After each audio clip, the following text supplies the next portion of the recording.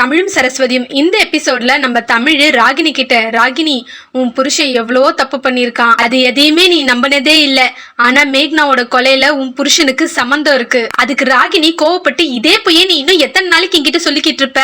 பதிலுக்கு தமிழும், இதுதான் உண்மை, இந்த விஷயத்த மறைக்கிறதுக்கு தான் உன் புருஷன் கலிவர்தனுக்கு பணத்தை அமுச்சுக்கிட்டு இருக்கான், அதுக்கான பேங்க் ஸ்டேட்மெண்ட் என்கிட்ட இருக்கு, இங்க பாரு, நல்லா பாரு, 15 லட்சம் ரூபாய் உன் புருஷன் கலிவர்தன் அக்கௌண்ட்டுக்கு டிரான்ஸ்பர் பண்ணிருக்கான். அது மட்டும் இல்ல ராகினி, மேக்னாவை கொலை பண்றதுக்கு திட்டம் போட்டு கொடுத்ததே உன் புருஷன் அர்ஜுன் தான், அதை மறைக்கிறதுக்காக தான் இந்த பணத்தை கொடுத்திருக்கான். இதெல்லாம் நான் சொத்துக்காக பேசுறேன் நீ நினைச்சுக்கிட்டு இருக்காத, அந்த அர்ஜுன் ஒரு தப்பானவன், அவன் கூட சேர்ந்து நீ வாழ்ந்துகிட்டு இருக்க. இப்ப அந்த சொத்து உன் பேர்ல கூட இல்ல, இதுக்கப்புறம் அவன் என்ன வேணா பண்ணுவான். இந்த ஸ்டேட்மெண்ட் கொண்டு போய் அவன் கிட்ட காட்டி நீயே கேட்டுப்பாரு, இத பத்தி எனக்கு எதுவுமே தெரியாது, பரமன் தான் கொடுத்திருப்பான்னு அவன் போய் சொல்லுவான். இதுக்கு ஒரு நல்ல முடிவை நீயே எடு ராகினின்னு சொல்லிட்டு நம்ம தமிழ் கிளம்பிடுறாரு. ராகினியும் கோவமா அந்த ஸ்டேட்மெண்ட் கொண்டு போய் அர்ஜுனுக்கு காமிச்சு, அர்ஜுன் என்னது இது, எதுக்கு நீங்க 15 லட்சம் ரூபாய் பணம் டிரான்ஸ்பர் பண்ணீங்க, அந்த மேக்னாவை கொலை பண்ண நீங்க தானே திட்டம் போட்டு கொடுத்தது, சொல்லுங்க அர்ஜுன் சொல்லுங்கன்னு கத்துறாங்க.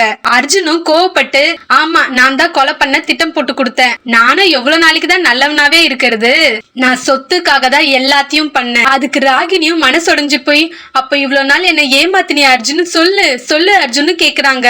இங்க பாரு, எங்க அப்பா உன்னோட அம்மா அப்பாவால தான் இறந்து போயிட்டாரு, அதுக்கு பழி வாங்க தான் நான் இவ்வளவும் பண்ணேன், ஆனா இதோட விடுவேன்னு நினைக்காத, இன்னும் நிறைய இருக்கு, எல்லாரையும் கண்டிப்பா ரோட்ல நின்னு பிச்சை எடுக்க வைப்பேன்னு அர்ஜுன் கோவமா சொல்றாரு.